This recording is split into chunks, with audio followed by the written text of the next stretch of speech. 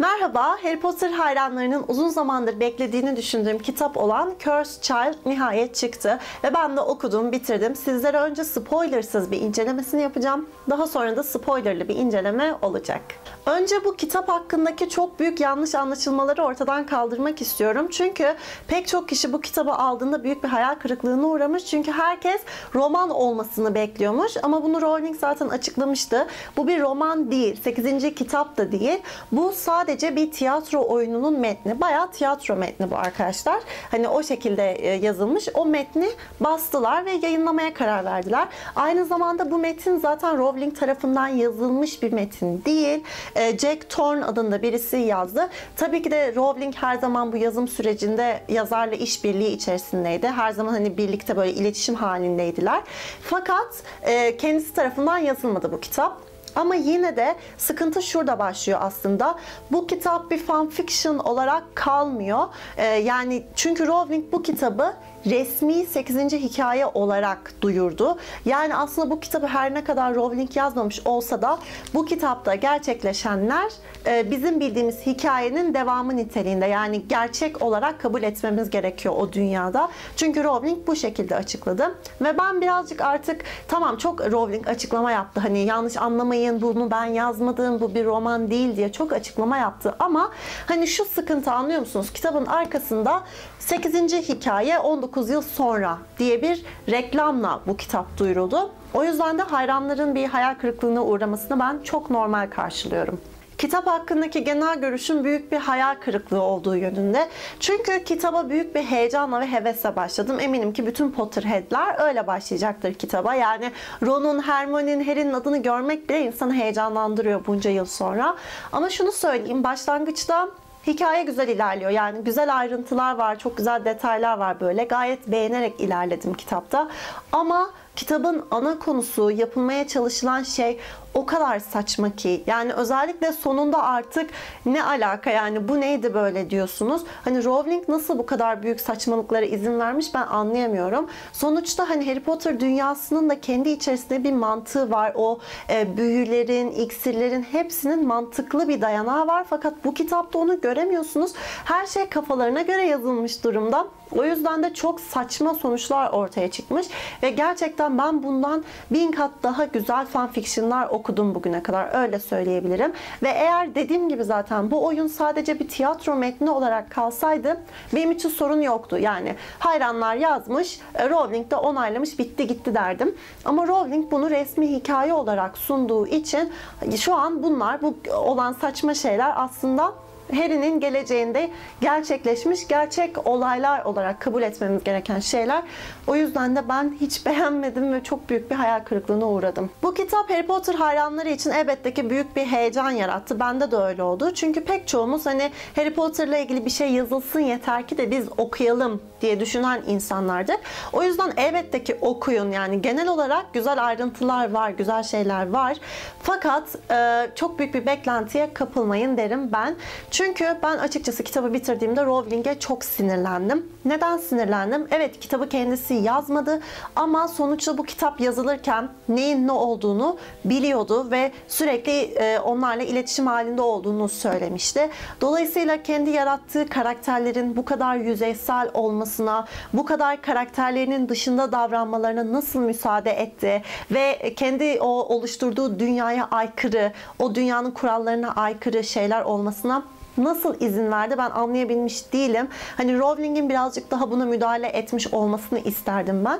Çünkü eğer başkası bir şey yazacaksa bile, bir hayran hikayesi olacaksa bile sonuçta bizim bildiğimiz Harry Potter dünyasındaki olaylara ve karakterlere bağlı bir şekilde bir hikaye yazılması gerektiğini düşünüyorum ben. Şimdi kitaptaki beğendiğim ve beğenmediğim şeyleri spoilerla inceleyeceğim. O yüzden spoiler istemiyorsanız videoyu tam şu anda kapatabilirsiniz.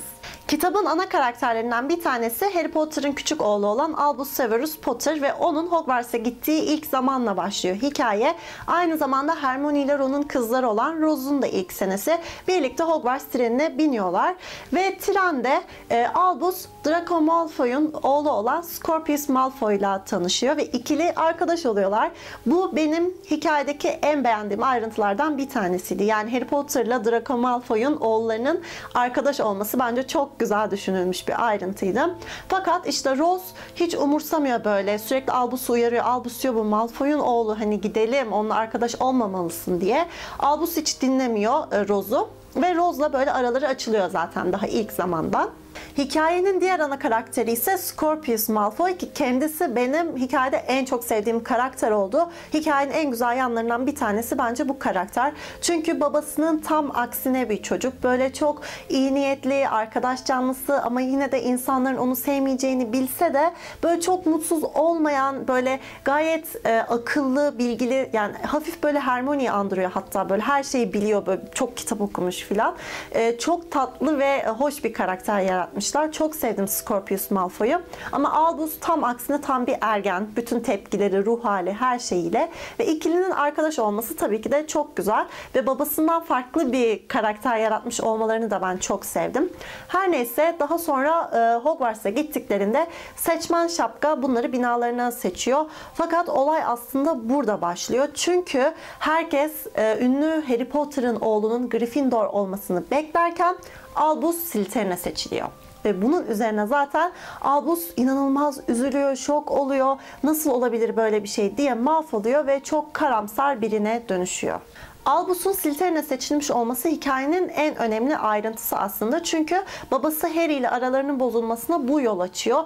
Çünkü Harry hiç umursamadığını söylüyor yani. Çocuğunun üzerine gitmiyor bu konuda. Ama Albus sürekli ben sana yakışan bir çocuk değilim, işte senin gibi değilim, bunu kabul et, beni değiştirmeye çalışma, demek ki ben kötü birisiyim deyip duruyor ve kendisini aslında bu kötü duruma yine kendisi sokmuş oluyor.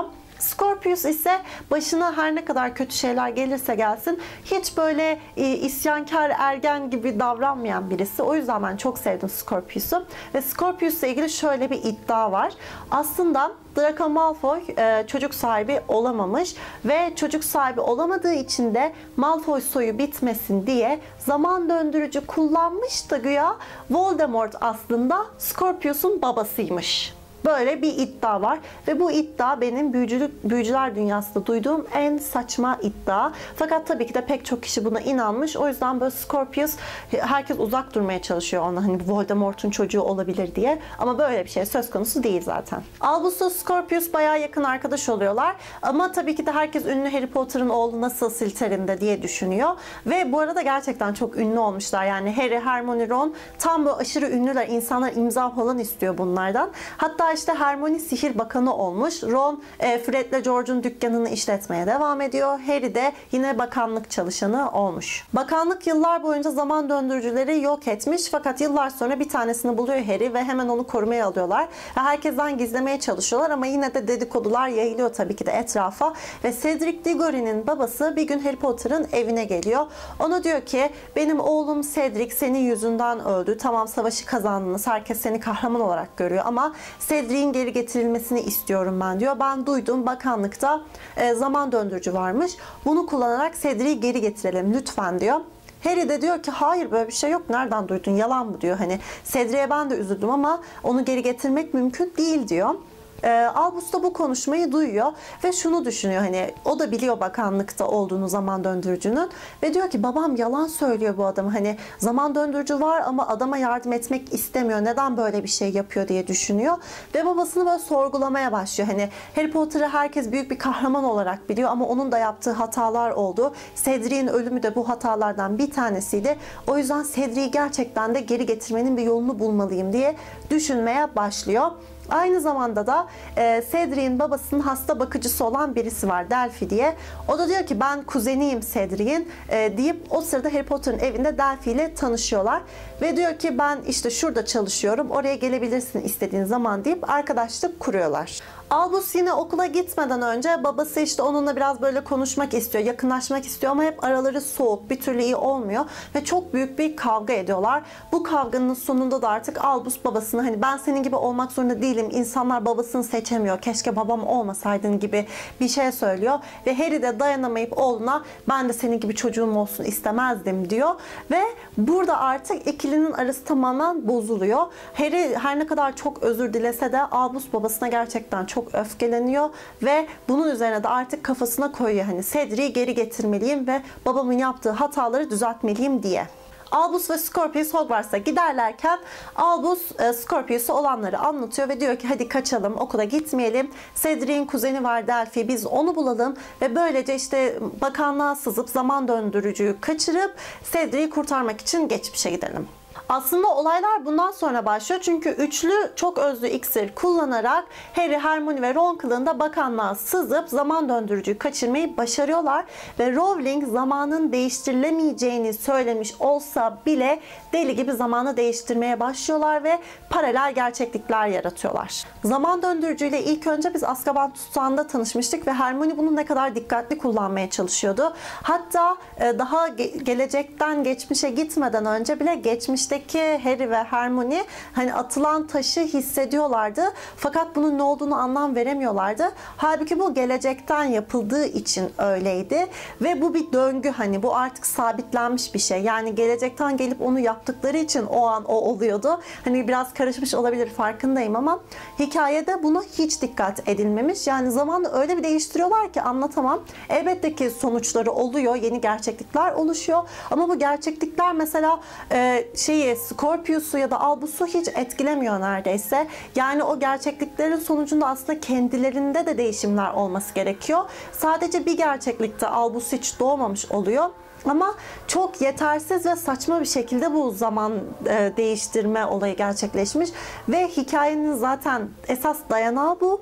O yüzden bence olmamış diyorum. Cedric'i hayatta tutabilmek için tabii ki de 3 büyücü turnuvası zamanına gidiyorlar ve diyorlar ki eğer ilk görevde o başarısız olursa turnuvada devam edemez. Böylece hayatta kalmış olur diye düşünüyorlar. Ve ilk görevde ejderha göreviydi hatırlarsanız. Oraya gidiyorlar ve Cedric'i Expelliarmus diyerek asasını böyle uzaklaştırıyorlar ondan. Böylece başarısız olur diye düşünüyorlar.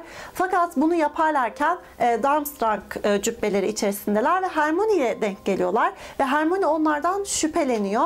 Aynı zamanda da zaman döndürücünün sadece 5 dakika dayanabildiğini fark ediyorlar. 5 dakika sonra tekrar günümüzde buluyorlar kendilerini. Fakat yaptıkları değişim yüzünden yeni bir paralel gerçeklik oluşmuş oluyor. İlk paralel gerçeklikte olanlara değinirsek eğer, Cedric yine ölmüş çünkü ilk görevde başarısız olduktan sonra iyice hırslanmış ve diğer yarışmalarda çok iyi iş çıkarmış filan. Ama en önemlisi ve saçması bence Hermione güya o 2 tane Durmstrang öğrencisiyle karşı karşıya gelince onlardan şüphelendiği için Viktor Krum'un balo teklifini reddetmiş ve onunla gitmemiş baloya. Ron'la gitmişler. Ron'la böyle çok güzel vakit geçirmişler ama Ron daha sonra Padma Patil'le dans etmiş ve onunla daha güzel vakit geçirmiş. İkili birbirine aşık olup evlenmeye karar vermişler. Hermione de daha böyle suratsız, böyle çok katı birine dönüşmüş ve Hogwarts'ta hoca olmuş. Karanlık sanatlara karşı savunma hocası olmuş. Ve gerçekten karakteri inanılmaz değişmiş. Böyle çok kötü birisi falan. Aynı zamanda da Albus Gryffindor'a seçilmiş güya. Hikayedeki en önemli sorulardan bir tanesi zaten bu gerçekliklerle birlikte olan değişimler. Yani bu değişimler tamam hani paralel bir gerçeklik ama yine de karakterlerin yapısına uygun olması gerekiyordu. Hiç öyle değil. Hani Ron sizce Hermione ile baloya gitmesine rağmen başka birine aşık olabilir mi? Bence olamaz. Hadi onu geçtim diyelim, oldu, evlendi. Hermione bu aşkın acısından dolayı böyle çok acımasız bir profesöre dönüşecek birisi mi? Bence değil. Böyle sürekli mesela Gryffindor'dan puan kırıyor falan, böyle çok saçma sapan işler yapıyor. Aynı zamanda da bu değişim gerçekleşmiş olsaydı eğer, Albus Gryffindor'a seçilmiş bu gerçeklikte, o zaman Albus'la Scorpius bu kadar yakın arkadaş olup geçmişi değiştirmeye karar vermeyebilirlerdi. Yani daha ilk gerçeklikten aslında kitabın ana gerçekliği bozulmuş olurdu diye düşünüyorum. Ama hiç öyle bir şey olmuyor. Hikayede mahvedilen karakterlerden bir tanesi de Harry Potter. Çünkü gerçekten bambaşka birine dönüşmüş. İşte oğlu Albus'la Scorpius'un ayrı tutulması gerektiğini düşünüyor. Çünkü Scorpius'un oğluna zarar vereceğini, onun etrafındaki tehlikenin o olduğunu düşünüyor ve McGonagall'a gidiyor. McGonagall da bu arada Hogwarts'ın müdüresi olmuş ve onu bayağı tehdit ediyor. Yani diyor ki Albus'la Scorpius'u sürekli izleyeceksin. Yan yana gelirlerse eğer müdahale edeceksin onlara diyor. McGonagall da ama ben hani bunu yapamam, nasıl yapacağım deyince Harry diyor ki ya yapacaksın ya da ben bakanlığın bütün güçlerini kullanıp ona göre davranırım diyor. Yani McGonagall'a diyor bunu ve McGonagall'a çok kötü bir şey daha söylüyor.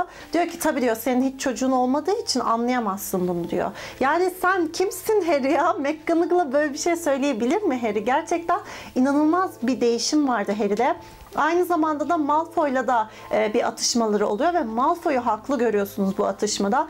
Çünkü Malfoy önceden hani Harry'e gidip diyor ki bu benim oğlumun babasının Voldemort olduğuna dair olan iddiaları hani çürütseniz bakanlık olarak bir şey yapsanız diyor. Harry de bunu kabul etmiyor. Hani bu iddialar bakanlıktan gelmiyor. Benim yapabileceğim bir şey yok diyor. Daha sonra da ikili oğullarının kaybolduklarını fark ettiğinde, Hogwarts'a gitmediklerini fark ettiklerinde bir araya geliyorlar ve Malfoy'la Harry tartışmaya başlıyorlar sürekli ve gerçekten kavgada bile söylenmeyecek bir şey söylüyor Harry Malfoy ve diyor ki senin oğlunun babası gerçekten de Voldemort'tur belki diyor mesela. Hani böyle çok saçma sapan şeyler yapıyor Harry ve özellikle Harry'deki değişimi hiç beğenmedim. Değişim gösteren karakterlerden bir tanesi de Draco Malfoy, fakat Malfoy'daki değişimi ben beğendim. Çünkü zaten Hogwarts Savaşı'ndan sonra biraz daha böyle düzenli bir hayat olacağı, daha olgun biri olacağı ve karanlık taraftan çekileceğini biliyorduk. Zaten kendi isteğiyle de çok işin içinde değildi. Hani biraz Voldemort'un korkusuyla karanlık tarafa geçmişti. O yüzden şu an bu hikayede Malfoy gayet çocuğuna düşkün bir baba ve çocuğu için her şeyi yapabilecek birisi. Ve aynı zamanda da karısının ölümü onu gerçekten çok üzmüş. O yüzden de hani gayet iyilerin tarafında bu sefer Malfoy, ama bu değişimi mantıklı bir değişim olarak gördüğüm için beğendim. Bu ilk paralel gerçeklikte Albus ve Scorpius yine bir şekilde bir araya gelmeyi başarıyorlar. Harry ne kadar bunu istememiş olsa da. Ve bu sefer değiştirmeleri gereken şeyin aslında 3 büyücü turnuvasındaki ikinci görev olduğunu düşünüyorlar. Fakat şöyle bir şey var ki, hadi diyelim ilk seferde değiştirdiler zamanı ve farklı bir gerçeklik yarattılar. Ama bu gerçeklikte aslında en baştaki Albus ve Scorpius'un da bir değişime uğramış olması gerekirdi. Yani nasıl her şeyin farkındalardı? Belki farkında olmamaları gerekirdi. Belki hiç tanışmamış bile olabilirlerdi. Tanışsalar bile birbirlerini sevmiyor olabilirlerdi. Yani pek çok ihtimal doğardı ama bunların hiçbirini görmüyoruz. Sanki her şey olduğu gibiydi onlar için. İkinci görevde ise şöyle bir değişim yapmaya karar veriyorlar. Cedric gölün altında nefes alabilmek için başının etrafına bir balon oluşturuyordu ve bu şekilde nefes alıyordu. Hani Cedric'i bir şekilde biz aşağılarsak eğer bunun sonucunda da artık vazgeçer turnuvadan ve devam etmez diye düşünüyorlar ve Cedric'i böyle şişirmeye başlıyorlar büyüyle. Cedric böyle şişiyor. Herkes böyle gülüyor, dalga geçiyor onunla. Ve tabii ki de 5 dakika durabildikleri için zaman döndürücüyle. O yüzden bu değişimi yaptıktan sonra tekrar yeni bir gerçeklikte buluyorlar kendilerini. Hikayede hiç beğenmediğim şeylerden bir tanesi de bu ikinci paralel gerçeklik. Çünkü bu gerçekliğe göre aslında Albus ve Scorpius geçmişi değiştirdiklerinde Cedric aşağılandığı için 3 büyücü turnuvasında ölüm yiyen olmuş. Yani bu mümkün mü sizce, böyle bir aşağılanmadan dolayı Cedric'in çok kötü aşağılandım, şimdi ölüm yiyen olmalıyım demesi? Ama olmuş. O da yetmemiş. Hogwarts Savaşı'nda Neville'i öldürmüş. Neville öldüğü için de Nagini öldürülememiş. Nagini öldürülememiş olduğu için de Voldemort hiç ölmemiş ve yaşıyor. Dolayısıyla da Harry ölmüş. Harry ölünce Albus hiç doğmamış. Hogwarts'ın müdüresi de Dolores olmuş. Bu ikinci yeni gerçeklikte ise Scorpius yalnız başınadır. Çünkü Albus hiç doğmadığı için öyle olmuş. Zaten Scorpius okulun böyle en popüler çocuğu olmuş. İşte Scorpion King falan diyorlar herkes ona.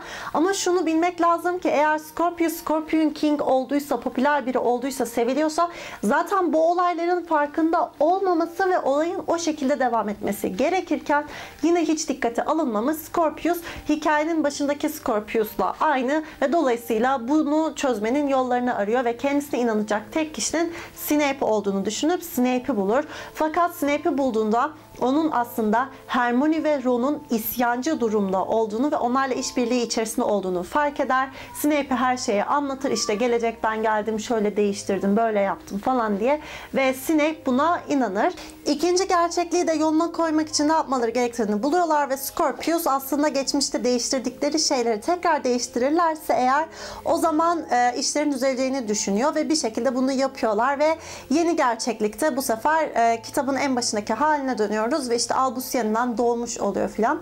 Daha sonra Delphi ile karşılaşıyorlar. İşte Delphi'nin aslında hiç tanıdıkları gibi biri olmadığını fark ediyorlar. Delphi meğer Cedric'in kuzeni değilmiş de Güya Voldemort'un kızıymış. Aynı zamanda Harry, Hermione, Ron, Ginny ve Draco da gidip Delphi'nin kim olduğunu öğrenmeye çalışıyorlar. Çünkü işte bir sürü şey oluyor ve çocukların aslında zaman döndürücüyle Cedric'i kurtarmaya çalıştığını onlar da fark ediyor.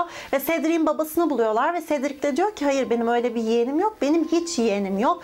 Dolayısıyla Delphi'nin aslında yalan söylediğini anlayıp onun Voldemort'un kızı olduğunu öğreniyorlar ve Delphi'nin amacı aslında şuymuş: bir tane kehanet var. Bu kehanete de göre Cedric'i yaşaması gerekiyor ki işte Harry ölebilsin ve Voldemort canlı kalsın gibi bir şey. O yüzden de bunlara takılmış böyle. Yani düşünün, Voldemort'un kızı varmış. Ne kadar da mantıklı. Delphi daha sonra çocukları da alarak tekrar 3 büyücü turnuvasına ve son göreve, o labirent görevine bu sefer gidiyorlar. Ama işte orada çeşitli şeyler oluyor. Cedric'le karşılaşıyorlar. Cedric çocukları kurtarıyor vesaire. Delphi artık çıldırıyor, ne yapacağını bilemiyor ve zaman döndürücüyü son kez kullanıyor. Bu sefer 1981 yılına gidiyor. Yani Harry'nin öldürmek için Voldemort'un onların evine gittiği yıla gidiyor ve sonra da zaman döndürücüyü kırıyor, yok ediyor. Böylece Albus'la Scorpius zamanda sıkışmış oluyorlar. Voldemort'un çocuğu olması fikri gerçekten çok saçma değil mi? Bilmiyorum, ben hiç beğenmedim. Ve özellikle bu çocuk Bellatrix'tenmiş güya. Ve Bellatrix evli hani başkasıyla. Ayrıca Voldemort sizce çocuk yapacak birisi mi ya? Gerçekten bir düşünün. Hani en uyduruk fanfiction'larda bile böyle bir şey olacağını ben düşünmüyorum. İşte neymiş? Delphi Voldemort'u yeniden canlandırmaya çalışıyormuş. Babasını görmek istiyormuş falan. Bu arada Delphi böyle uçabiliyor hiçbir şey olmadan. Hani böyle bir şey de yok. Nereden çıkarıyorlar bilmiyorum. İşte güya onun babasını kurtarmaya çalışmasıymış bütün mevzu. Albus'la Scorpius geçmişte kaldıklarında sadece onları geçmişten kurtulmak için yaptıkları planı beğendim. Güzel bir plan yapıyorlar. Plan da şu: Lily Potter işte Harry'i bebekken sardığı bir battaniye var ve bu battaniye gelecekte Harry'de olan tek eşyası, annesinden kalan, ve o battaniyeye bir şekilde bir mesaj yazmayı başarıyorlar. Onda da, mesajda da bulundukları zamanı ve yeri yazıyorlar ve gelecekteki Harry de çocuklarının orada olduğunu fark ediyor. Fakat zaman döndürücüler bakanlık tarafından yok edildiği için ne yapacaklarını bilemiyorlar. İşte burada da Draco Malfoy tekrar devreye giriyor ve diyor ki benim gizli bir tane vardı zaman döndürücüm. Onu kullanabiliriz. Böyle. Harry de tamam o zaman hadi gidelim çocukları kurtaralım diyorlar. Yani zamanda böyle hiç umursamaz bir şekilde dolanıp hani değiştirecek şeyleri yapabiliyorlar. Bu gerçekten çok rahatsız edici ve basit bir mantıkla üretilmiş bir hikaye olarak gördüm. Hikaye bundan sonra bence iyice kötü bir yöne doğru ilerliyor. Çünkü evet, geçmişe gitmeyi başarıyorlar. Çocukları da bir şekilde buluyorlar ve Delphi'yi yenmek için yapmaları gereken şeyin ne olduğunu düşünmeye başlıyorlar ve şunu fark ediyorlar aslında. Hani ilk önce Delphi'nin o tarihe gitmesinin sebebinin Harry'i öldürmek olduğunu düşünüyorlar. Hani babasından önce. Ama sonra fark ediyorlar ki hani Delphi hiçbir şey yapmıyor. Hani Voldemort da bir türlü gelmiyor. Hani evi gözetliyorlar sürekli. James ile Lily'nin evini. İşte bebek Harry'i görüyorlar filan. Ve sonra şunu fark ediyorlar. Aslında Delphi Harry'i öldürmek istemiyor. Voldemort'un hiçbir şey yapmamasını sağlamaya çalışmak istiyor. Çünkü eğer hiçbir şey yapmazsa zaten kehanet de gerçekleşmemiş olacaktı. Yani Voldemort Harry'nin onu öldüreceğini düşündüğü için öldürünce kehanet aslında gerçekleşmiş oluyor. Eğer bunu düşünmemiş olsaydı hiç böyle bir kehanet ortada olmayacaktı. Voldemort da ölmemiş olacaktı. O yüzden Delphi'nin aslında sadece babasıyla karşılaşmak istediğini fark ediyorlar. Daha sonra akıllarına mükemmel zeki bir plan geliyor ve diyorlar ki içimizden birisi Voldemort kılığına girerse eğer Delphi'nin karşısına çıkabilir, onu kandırabilir, babası olduğuna inandırabilir ve böylelikle de aslında Delphi'yi yakalayabiliriz diye düşünüyorlar. Hadi bu tamam diyelim. Diyorlar ki nasıl Voldemort olacağız? Tabii ki de çok özlü iksirle. Fakat biliyorsunuz ki çok özlü iksir bir ayda yapılabilen bir iksir ve bu iksirin gerçekleşebilmesi için de dönüşeceğiniz kişiye dair bir şey olması gerekiyor elinizde. İşte saç teli gibi mesela. Ve Voldemort'a dair hiçbir şey yok ellerinde. Ama yine de diyorlar ki İşte biz Voldemort'un zaten hepimiz nasıl göründüğünü çok iyi biliyoruz. Zaten hepimiz çok iyi büyücüleriz. Yine de yapabiliriz iksiri ve gerçekten de yapabiliyorlar. Normalde yapımı bir ay süren çok özlü iksiri hem de Voldemort'un bir saç teli dahi olmadan kafalarında canlandırarak bir dakika içerisinde yapmayı başarıyorlar. Ve Harry Voldemort'a dönüşüyor. Diyor ki hani ben dönüşeyim çünkü ben çatal dili konuşabiliyorum. Böylece Delphi'yi kandırmak daha kolay olur diye Delphi ile karşı karşıya geliyor. Bundan Ondan sonra zaten işte Harry Voldemort kılığında Delphi'yi kandırıyor. İşte babası olduğunu anlıyor ve Delphi'nin hani uçabilmesi ayrı bir saçma, çok özlü iksirin hemen yapılmış olması ve Voldemort'un eşyası olmadan yapılmış olması ayrı bir saçma. İşte Delphi'yi sonra bir şekilde yeniyorlar ve mesela Harry gerçek Voldemort'un gelişini ve annesiyle babasını öldürüşünü ama kendisinin kurtuluşunu da görüyor, izliyor ve müdahale etmiyor hani. Çünkü olması gereken bu. Hani zaten etmemesi gerekiyor. Hiçbir şey yapmıyorlar ve böylece her şey normale dönmüş oluyor. Harry ile de oğlu Albus'un arası düzeliyor ve hikayemiz de bu şekilde sonlanmış oluyor. Dikkat ettiyseniz hikaye boyunca neredeyse hiç Ron'dan bahsetmedim bile. Çünkü Ron gerçekten en gereksiz karakter olarak ortada böyle kalmış. Yani tamam, Ron hani espri yapabilen biridir gereksiz durumlarda bile ama o kadar boş bir karakter olmuş ki tek işlevi hikaye boyunca ara ara girip böyle saçma espriler yapıp işte fıkrasına gülünmeyen adam gibi durup sonra çekilmek, yani bu şekilde olmuş. Bu da beni çok rahatsız etti. Hikayede dediğim gibi genel olarak beğendiğim ayrıntılar var. Yani Albus ve Scorpius'un ilişkisini ben çok sevdim. Çok yakınlar. Ama genel olarak ana konusu bence sıkıntılı. Yani Cedric'i hayatta tutmaya çalışmak gibi ve Voldemort'un bir kızının olması gibi şeyler bence hiç olmamış ve maalesef beklentilerimi hiç karşılayamamış bir kitap oldu. İnceleme aslında kitabı okumamış olanlar için de kısa bir özet niteliğinde oldu. Siz ne düşünüyorsunuz okuduysanız eğer aşağı yorum olarak bırakmayı unutmayın. Bir sonraki videoda görüşmek üzere. Hoşça kalın.